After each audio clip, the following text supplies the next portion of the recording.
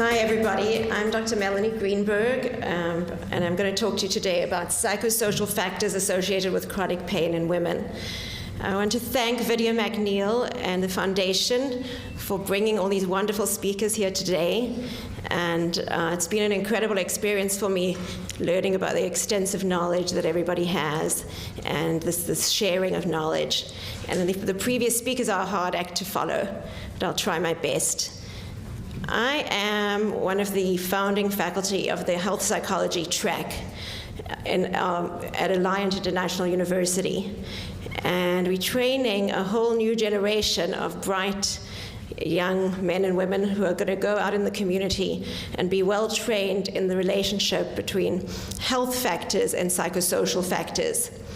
And will be part of the movement to improve the care of patients with chronic pain. And I'm very happy to have some of my students and graduates in the audience today. So to begin my talk, I'm going to start with talking about women and chronic pain. What do we know from the research about women and chronic pain? Women have lower pain thresholds than men and less tolerance of experimental pain. They also report more symptoms of clinical pain and more widespread pain, which is pain in the whole body, not specified to a particular area. Women also report more distress associated with their pain than men, and they have more chronic pain syndromes. And many of the previous speakers have dealt with specific syndromes such as IBS, fibromyalgia, and so on, where the prevalence is much higher in women. Okay, let me talk about psychosocial factors. We've heard a lot in this forum about the biomedical factors, which are the factors that are inside the skin. What I'm going to focus on are people's thoughts, feelings, and emotions, as well as a broader context that affects people every day and that causes the stress responses and the physiological responses that many of the other speakers have spoken about. So we live in families, we have cultural identities, gender identities, we are affected by larger forces, political forces, traumas, Hurricane Katrina, living in the city, our roles, commuting to work every day, our environment. And all of this is likely to have an impact on our pain, and does, as I'm going to show you in the talk. So I'm going to talk about a couple of different psychosocial factors that mediate the effect of gender on pain, and for which there's research evidence. The first one I'm going to talk about is stress, trauma, exposure, and reactivity. There's three facets of this: traumas, adverse family environments, and chronic role strains are the ones that I'm going to focus on.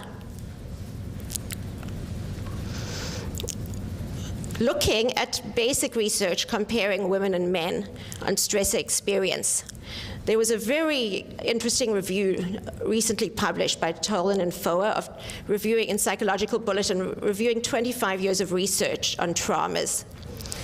And they conclude that men and women don't necessarily experience more traumas than men. In fact, they experience fewer traumas overall, but they experience different types of traumas.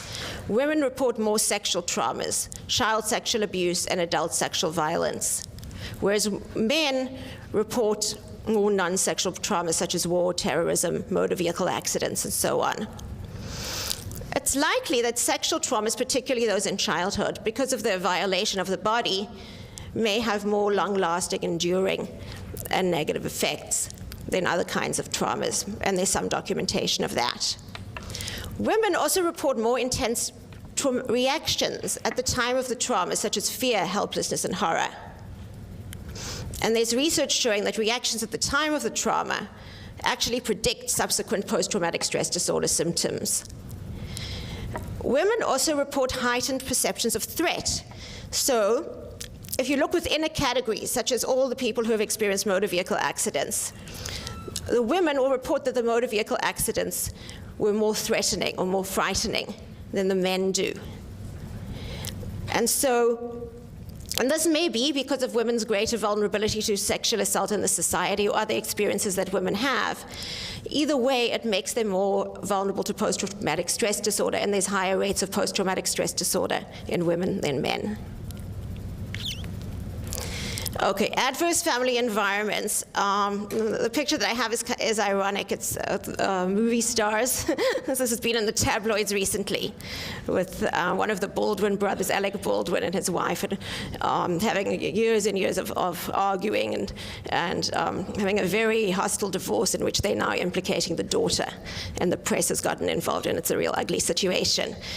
But I just use that to illustrate one example of what an adverse family environment can be.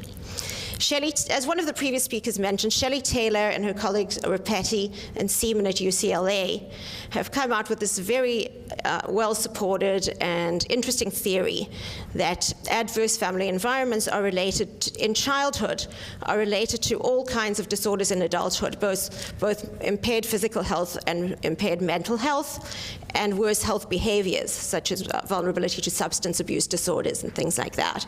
So we can characterize adverse family environments as people reporting that during the time they were growing up, there was chronic conflict between their parents, there was spousal or child abuse, that the parent was cold, hostile, or neglectful. And this was also mentioned in the IBS talk by Dr. Mayer, or that a parent had mental illness or substance abuse. And this has been associated with physical and mental health problems of all types in adulthood. One of the mediators is hypothesized to be emotional dysregulation and physiological dysregulation. Now, this is a little I'm putting some stuff together. What I'm putting together is the literature in a review of adult women coping, how they generally cope, and I'm using this information to just suggest a possibility. Are girls differently affected by adverse family environments than boys? And more research needs to be done to investigate this. We know from adult women that they have more stress, that they report being stressed more by the problems of other people. They're more stressed by relationship conflict, that they have a tendency to blame themselves for problems or to be over-responsible, and that girls internalize distress, become depressed or report symptoms, whereas boys tend to act out and be aggressive. So might girls be differently affected than boys by adverse family environments? And might this produce some greater vulnerability to pain later on? I think it's an intriguing question that needs some further research. A third factor I want to talk about is women and chronic role strains. So we all know that women juggle multiple roles to a greater degree than men do. Or the roles are changing, and men are starting to take more of an active part in the family and parenting and so on. But the majority of women now work, and women also have the major responsibility for the child care and things like that in most families. Now, multiple roles can be a source of resiliency as well, because if you have a problem in one area, you can maintain self-esteem and happy mood by focusing on some other area. However, if the roles are low quality, such as an unsatisfying marriage, if you have high demands, maybe such as a single mother, if you have low control, for example, you're a production line worker earning a minimum wage, then multiple roles can become very stressful and fit the criteria for a chronic stressor that leads to allostatic load, as was discussed by Dr. Chesney. Also, the marital role, there's new research coming out on the marital role being particularly important for women, and that there's different effects for men than women. For men, marriage is protective. Married men do better on all indicators of physical and mental health than single men. And men do worse than women after spousal bereavement or after divorce. However, it's more complex for women. For women, it depends on the quality of the marriage. So if the marriage is satisfying, it's probably not a surprise to some of you, I don't know. But if the marriage is satisfying, then married women do better than single women. If the marriage is unsatisfying, they do worse.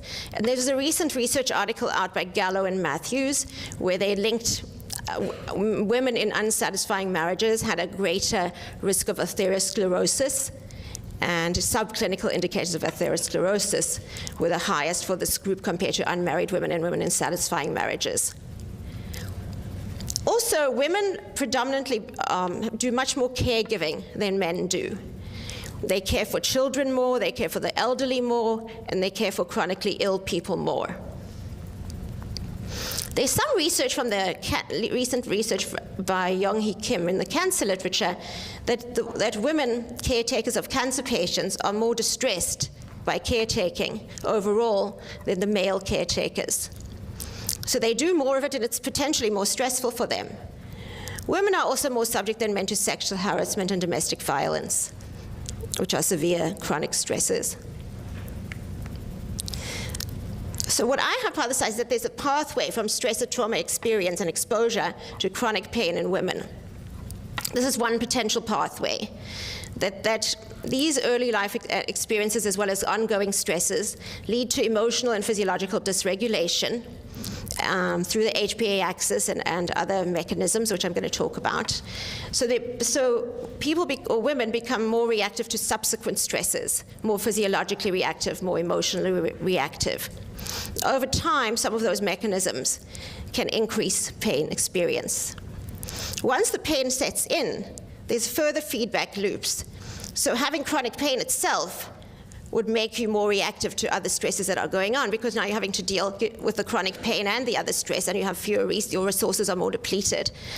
And then that would also feed back and interfere with your roles and with your worker role or taking care of your kids, and that again would feed back into the whole cycle. So there's different feedback loops as well.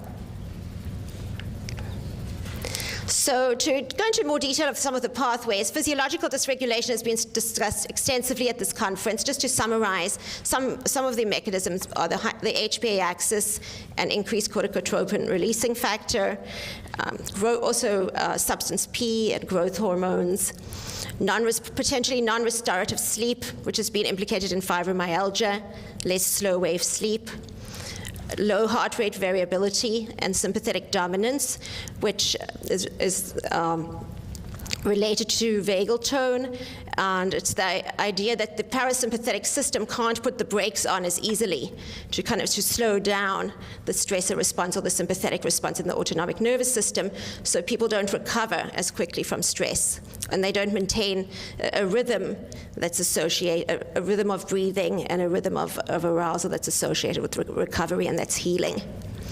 Also, there's some theory and some evidence that muscle spindles might be sympathetically mediated, and that more sympathetic arousal might cause the muscle spindles to develop, which can then act as trigger points relating to myofascial pain. And this is by Dr. Hubbard, is the person who has produced this evidence. In terms of emotional dysregulation, that's a very hard one. Everyone talks about it, and it hasn't been extremely well defined in the literature, and there are many, many different ways of looking at it. I'm just going to very, very briefly talk about it because it could be the subject of a whole talk in itself.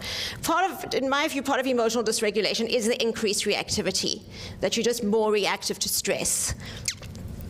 Also, you can look, there's a whole host of personality constructs related to how people handle emotions. Alexithymia and anger in, anger out are two that have been implicated or related to pain. Alexithymia, one facet of it is the inability to describe feelings, not to know what you're feeling, not to be able to communicate it to other people. That's been implicated and related to higher pain. Also, chronically suppressing anger or uncontrolled expression of anger have also been linked to higher pain symptoms.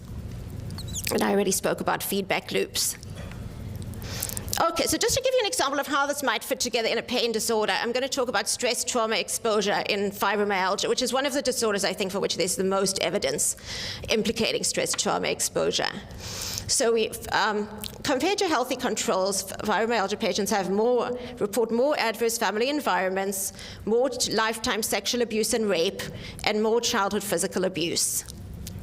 There's also intriguing evidence that early life stress influences physiological stress system functioning in fibromyalgia. I'll tell you of a study that links the two. There was a study recently of corticotropin releasing factor in the cerebrospinal fluid of women with fibromyalgia. Those that had experienced sexual abuse had lower levels of corticotropin-releasing factor than women who didn't have fibromyalgia. Those who hadn't experienced sexual abuse had higher levels. So there's likely to be a complex relationship that needs to be teased out. Nevertheless, there's a link between corticotropin-releasing factor in the cerebrospinal fluid and fibromyalgia. Also, a recent intriguing study showed that women living in the New York area, and this is something that the previous speaker alluded to, as well as the stress reactivity or the trauma reactivity. Women living in the New York area with fibromyalgia had 3 times the rate of post-traumatic stress disorder following 9/11 than women without pain. So it seems that if somebody has a chronic pain syndrome like fibromyalgia, that they're more vulnerable to stress and trauma of all types, which could then thereby continue to exacerbate the pain. Also, there's been shown that this hormonal dysregulation of CRF has also been shown in post-traumatic stress disorder as well as fibromyalgia. And there's some evidence of the symptoms of fibromyalgia being reactive to interpersonal stresses.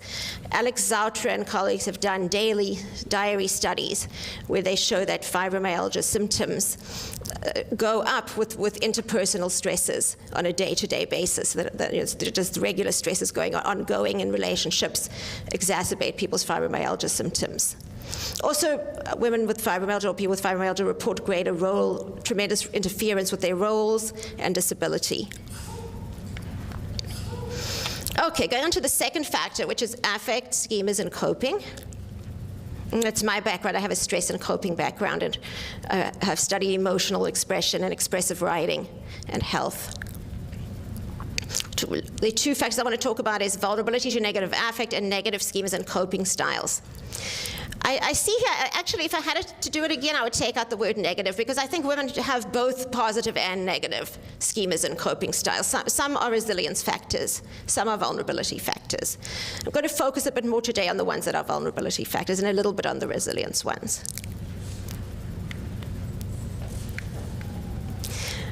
Women have more vulnerability to negative affect. Compared to men, women report more anxious and depressive symptoms on self-report questionnaires. They have twice the rate of unipolar clinical depression. They report more anxiety disorders of all types: post-traumatic stress disorder, panic disorder, generalized anxiety disorder, and any kind of anxiety disorder than men. On the other hand, they report less hostility, and they're less likely to abuse alcohol. So it's possible that some of the men are just medicating their negative feelings with alcohol. So the pathway I've suggested then, just to summarize, is from gender to anxious and depressive symptoms, and then to pain and disability. And so what I believe is that the anxious and depressive symptoms will affect the pain itself, but will also affect the disability, or how the patient responds to pain and how impaired they are as a result of their pain.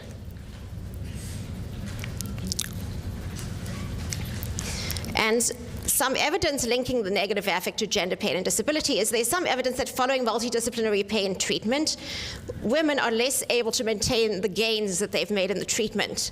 They're less able to maintain the reductions in pain and disability, and it goes up again at longer-term follow-up, more than it does for men. Now, is it that they just go back to more stressful environments? Is it that they miss the support of the pain program? We don't know for sure. One thing we do know is that if you control for psychological distress, then these increases go away statistically. So it seems that the increases are due, that the increases in pain, post-treatment, and disability are associated with greater psychological distress for women. There's also evidence that negative mood mediates between pain and disability in women more than it does for men. So for men, disability is more a function of the pain itself, whereas for women, their mood, and there's some evidence of some partial mediation of mood for men, but for women there's greater mediation. The mood has a greater role in how disabled they are. Also, women with chronic pain disorders report more psychological distress than men.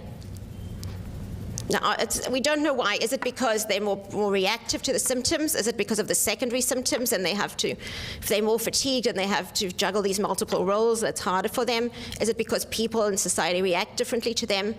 We don't know for sure, but we do know that they report more distress. Okay, women and coping styles. That's a picture of my daughter and her friend. Women have some positive coping styles. They seek social support. They're emotionally expressive. They're expressive of their pain. And often these can help buffer them and make them good copers. Women also have some coping styles that they use more than men that are less helpful. One of them is rumination, or cognitively going over and over and over in your mind about some problem, and you can't disengage mentally from it, and you kind of get stuck, and that also increases distress and interferes with problem solving. And women do this to a greater extent than men do. Also, in the pain literature, women can't use distraction. Distraction doesn't work for women as well as it does for men. So there might be something about a woman's determination that you don't want to you can't let go of something as easily. And potentially that could be something positive. It could lead to greater perseverance or greater solving of that problem. But if it's blocked, if it's the kind of problem that can't be solved, perhaps because it's in the structure of the society, then that could lead you to ruminate and get stuck there. Also, women report more catastrophizing and helplessness in relation to pain, feeling like it's the end of the world or it's a catastrophe, feeling like they can't cope with it, that it's too much for them. And women also use more health care, which potentially is a positive thing. If you have cancer, you're going to save your life by using more health care or going to health care quickly, or if you have heart disease. On the other hand, in pain, it's kind of a complex issue, I think, because our medical system can't cure the pain in many cases, especially if it's functional kinds of disorders. So if you keep getting stuck, going to healthcare and looking for a cure, that can get you stuck in a kind of a passive cycle where you're stuck on that and it's not working, but you're not focusing on other ways to live with the pain better or other coping strategies. So I'm just going to focus on catastrophizing, particularly for which there's the most literature with pain and gender. People who catastrophize more, they report more pain experience, they have less pain tolerance. Catastrophizing mediates the gender differences in pain, and it's been shown in 2 different samples: healthy participants with experimental pain and osteoarthritis patients. In other words, if you control statistically for catastrophizing, the gender difference in pain falls away, so that it becomes non-significant. So it's the catastrophizing that accounts for the gender difference in these studies. And it's interesting because it's on 2 different aspects of pain, 2 different populations. There's some theories that pain behavior and catastrophizing may be attempts to gain support from others. And I talked about the overuse of health care, how that could lead to a negative cycle if the healthcare system can't provide a cure for you. So here's just a summary of the pathways. Third factor I want to talk about is social, environment, and ecological factors. I actually did postdoctoral research in health psychology at the Graduate Center in City University of New York, and I was in an interdisciplinary health department with many prominent social personality psychologists, and I thank them because I think that's given me this broader perspective where I integrate social psychology with clinical psychology in trying to understand physical health phenomena. Okay, so what are the factors? Financial resources, social networks and roles, and gender role socialization. Financial resources. Money doesn't grow on trees, as we all know. There's income inequality. The average woman does not earn as much as the average man does.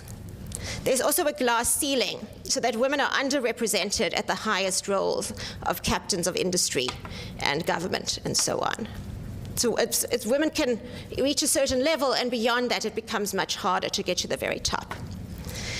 Also, women are underrepresented and overrepresented among people in poverty, particularly single mothers and particularly ethnic minority single mothers. Also, 40% of women are homemakers, which can be, it's a very rewarding choice. On the other hand, women are less likely to have pension benefits and health insurance, and some of that could be due to being homemakers or taking off several years from income-earning activities or reducing income-earning activities in order to do childcare. And many of the part-time jobs that women can find don't necessarily offer good benefits or any benefits. Financial resources and pain, what I'm doing is actually generalizing here from just the general literature on socioeconomic status and health. And there was a review by Nancy Adler and colleagues that summarizes a lot of this information. The more people who are lower socioeconomic status, they report more exposure to stresses, all kinds of stresses. That could be from having more crowding, more pollution in their neighborhood, more violence in their neighborhood, and so on.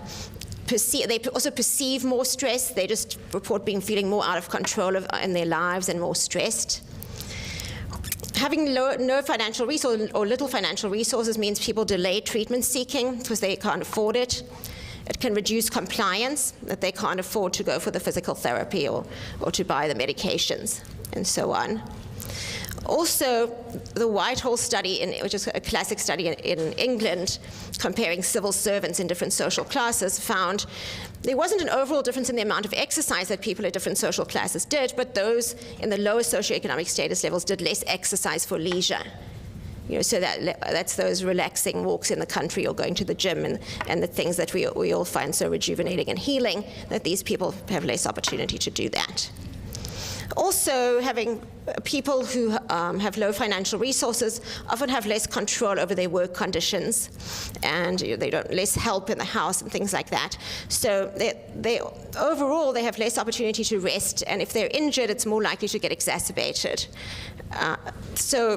Also, if you're in production line jobs or if you're a data entry clerk and things like that, you become more vulnerable to repetitive strain injury. And there was a study in Scandinavia that showed that job stress itself predicts chronic pain disorders even over and above socioeconomic status. Okay, so we've got to social networks and roles. We all know that women are on average more interpersonally oriented than men. They're more oriented towards other people. Women have more close confidence. Men confide in the spouse mostly. Women receive more emotional support, but not necessarily more of practical or other kinds of support. And women provide more social support. Both men and women prefer to confide in women, on average. Also, family social roles may be especially valued by ethnic minority women, and that's maybe because of a more collectivist cultural orientation among Latinos, Asian Americans, and even African Americans to some degree. Okay, so how do we link this to pain? Social support is a double-edged sword. What do we mean by that? On the one hand, supportive relationships can buffer stress. So here we have these two women walking around, seem to be having a fine old time, going shopping with their flowers, and that can produce positive mood, which can be a release and buffer the stress response. Or you can confide in people and feel in your friends and feel supported and empowered, and all of this can be very good coping strategies. The danger in it is that women can neglect their own health care to care for others. So if you have many more people in your social network that you're more intimately connected with, then you feel more responsibility if something bad happens to them, or they may turn to you for help more. And as a result, you have to expend more resources taking care of them. If your resources are limited to begin with, or limited by the pain, that can become a further stress or depletion of resources. Also, women have more stress due to socially constraining or conflictual networks. So women have a great need to express and confide, and that's a very positive thing, and it's something that can buffer the stress and help them solve the problems. The problem is if they're in networks where people don't want to hear. They don't want to hear about their feelings, or they can't tolerate it, or it's too stressful for the people around them, so they might minimize the woman's concerns, or they might change the subject, or in other ways show that, or they might be critical, in otherwise show a non-responsiveness to the woman's attempts to communicate. That can become, instead of the expression being a source of kind of lightening of stress, it can become an increased stressor. And also we know that women are sensitive to conflict in close relationships as well.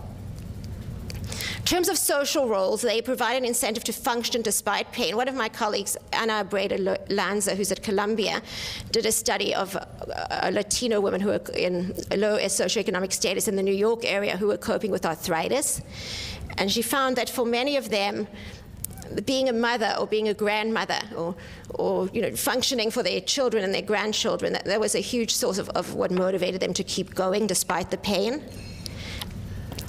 And The other thing they said, though, is that they didn't want to sit around and be useless.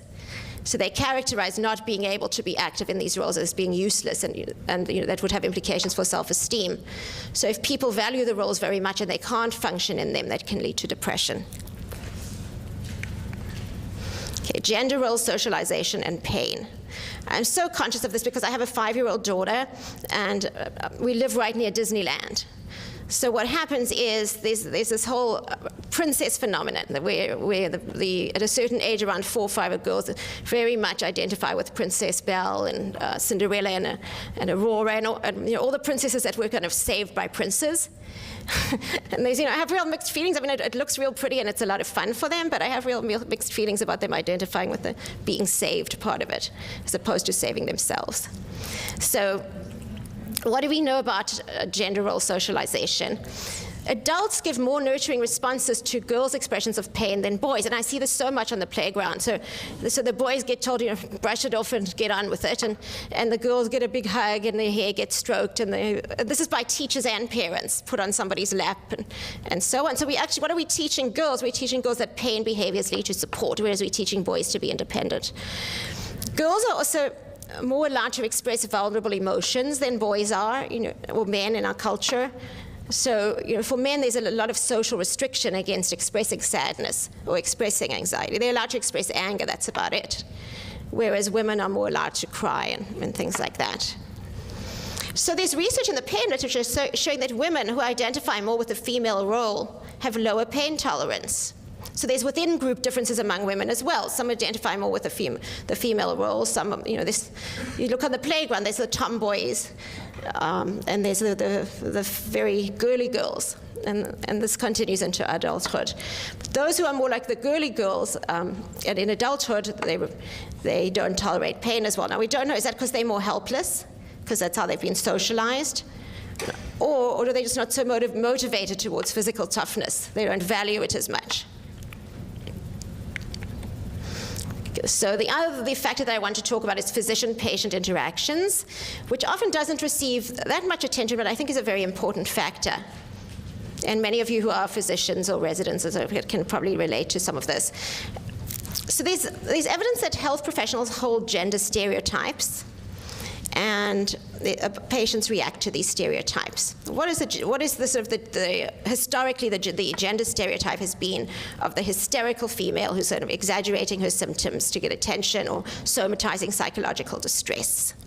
And there's a historical basis to this. In the early 1900s, there was reflex theory was a dominant theory in medicine, and there was the idea of the connections. Connecting the womb, and sort of all the organs in the body were connected to each other. And so doctors often attributed women's distress, pain, and fatigue to something's wrong with their womb. And you can read stories of women having hysterectomies or repeated gynecological examinations in order to try to address these problems, which of course was probably the worst thing, and made them more traumatized and more anxious and so on. Also the idea of hysteria, that the patients seen by Freud and Breuer, that the physical symptoms that they had were manifestations of intrapsychic conflict that hadn't been dealt with.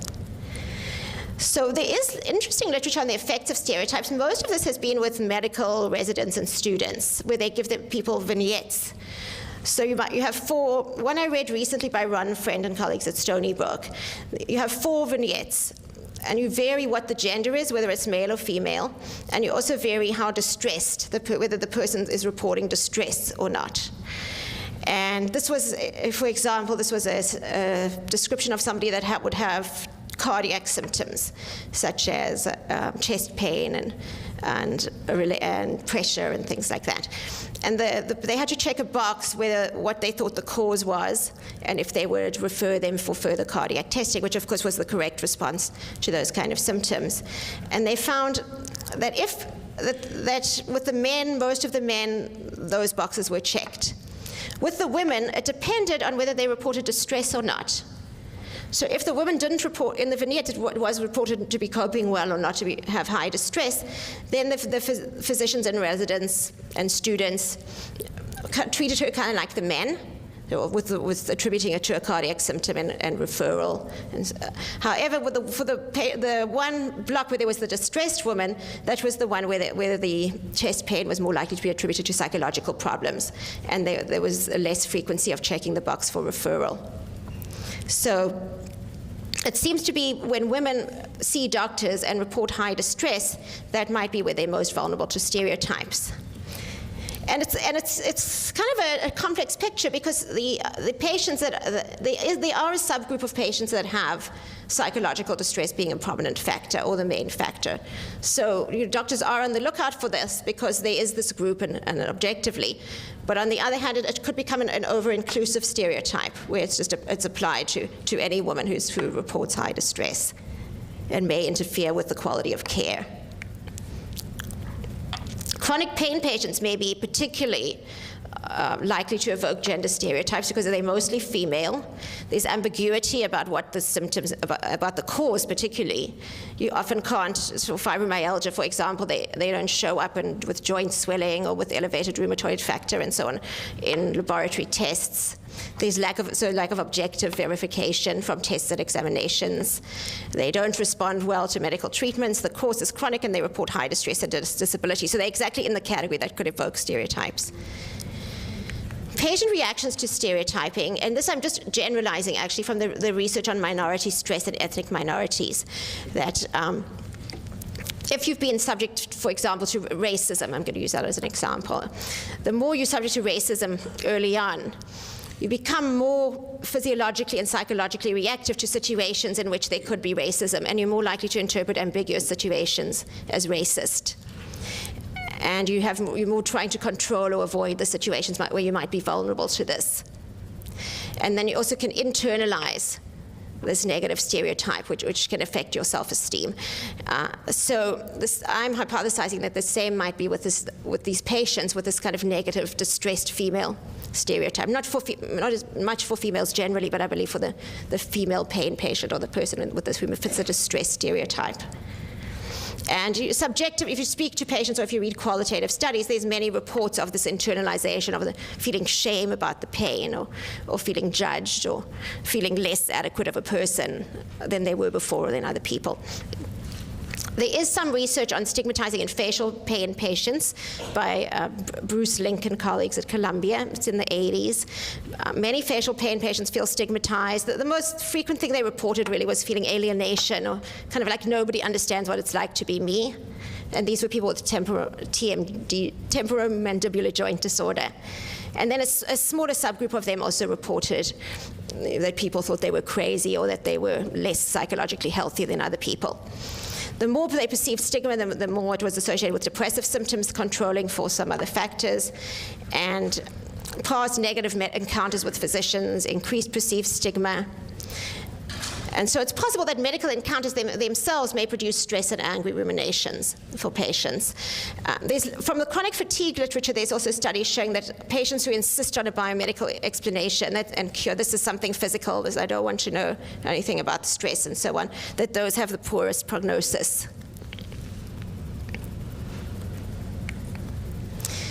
This is a model I've produced linking gender to pain. Basically, I have this model which is a bit complex, but I want to talk about two studies that I've written lately. I've been a co-author on that are coming out in pain this spring with my colleague Perry Nicasio, who's done a lot of work on fibromyalgia and arthritis. And these were both actually dissertations of students from Alliant that are going to be published in pain. They were very high-level dissertations. So one of the first study was by Palomino and colleagues. And what we hypothesized was that we wanted to look at the relationship between pain and depression, pain disability and depression among fibromyalgia patients. And what we hypothesized was that it wouldn't be the experience of pain itself that would produce depression, but it would be the subjective meaning of the pain to the patient. So if the patient felt helpless about the pain, or if the patient perceived loss in valued roles as a result of the pain, those were the ones that were going to get distressed over and above all kinds of medical covariates and demographic covariates. So we had 80 participants with primary fibromyalgia, 95% women, recruited from a variety of sources, and we confirmed diagnosis by tender point exam as well as physician, because sometimes physicians don't use all the tender points, and no overlapping conditions, stable on meds, and generally Caucasian, married, college grads, which is most of these samples are. We had a number of measures. What I just want to highlight is that we had interview measures and we had tender point measures, which are more objective, as well as self-report measures. So we had the Hamilton, which is the gold standard for depression, and we had tender points and various well-established self-report measures.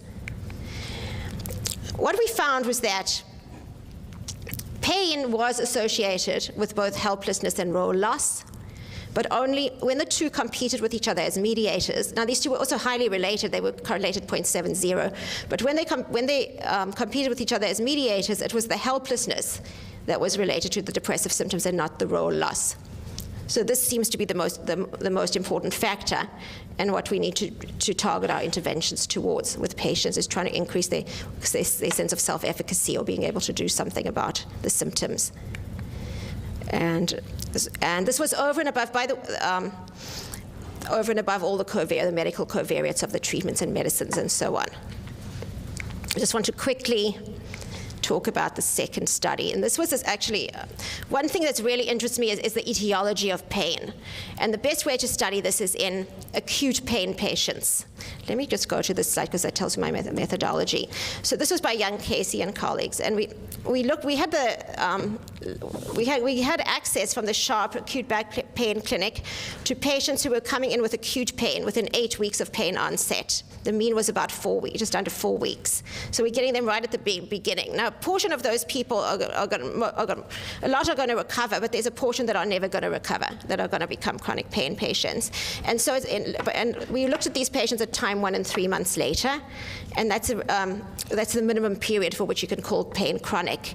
And this is an ideal population in which to study some of these psychosocial predictors. And we confirmed, we also set all kinds of medical factors, such as all kinds of treatments they've got, medication, duration of diagnosis. Most of these were also muscle, neck or back pain patients without nerve involvement, without radiation to extremities. So it's not necessarily generalizable to people who have nerve or joint involvement. So we had a bunch of different questionnaires looking at psychosocial predictors. And that's complicated to see, so I'll just show you in this slide. What we found, we had actually hypothesized that people who had experienced more past traumas, nobody had ever really integrated trauma into this acute literature before, although in the chronic pain literature you see the effects of trauma. So we had thought that the traumas would produce more negative schemas about the pain being permanent, and that in turn would lead to the pain and disability. And to depression, and then to pain and disability. But we found something kind of interesting and surprising, which is that there was a direct path from the traumas to pain intensity that wasn't mediated by any of the other factors in the model. So it wasn't because the traumas were associated with the pain, not because the people were depressed or because they were thinking about it negatively, but for some other reason, for a reason of something we didn't measure. And the best guess I have is that it's the physiological dysregulation, because we didn't measure physiological variables, and that's the HPA axis and the autonomic nervous system, and that's what we need to do in the next study. Whereas the disability was much more a function. There was another pathway from depressive symptoms to pain, by the way. So there's 2 ways you might get to pain. Then the disability was more a function of depression and the negative coping and so on than the pain was.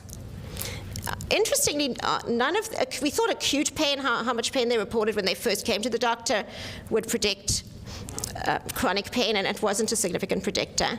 And neither was any kind of treatment or any kind of medication they were taking, or the cause of the pain. And we did we did chart review and very extensive reports of just everything else that they'd been doing. And none of these factors predicted chronicity, which was surprising to us. We thought, at least maybe medicine would have a little bit of effect. But then only our psychosocial factors predicted chronicity, which was so interesting. We explained 26% of the variance in chronic pain, so a good amount, and there's still more there's still the other 70-something% to explain. But we predicted 58% of the variance in disability. So disability may be even more a function of the psychosocial factors than pain is.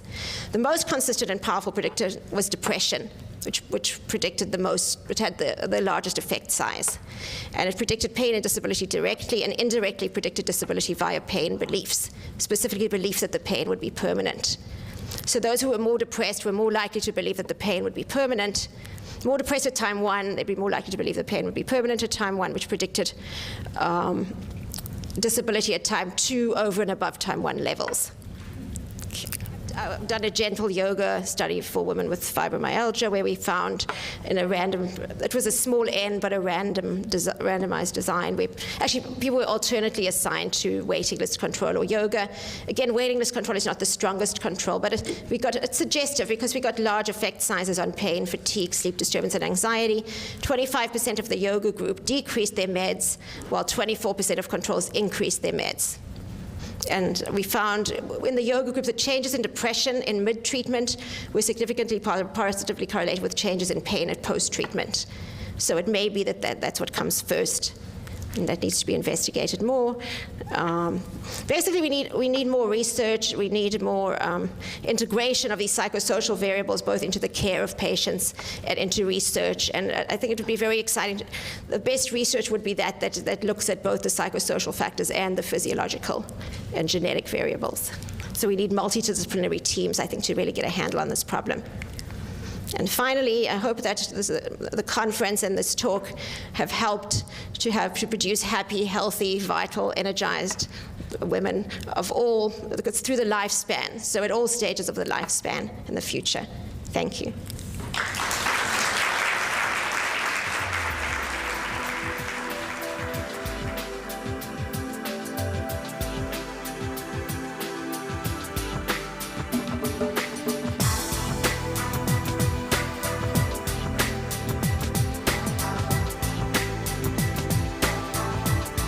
The Diana Paddleford Binkley Foundation helps facilitate dialogue between Western physicians and alternative medical practitioners in the diagnosis, treatment, and management of pain in women.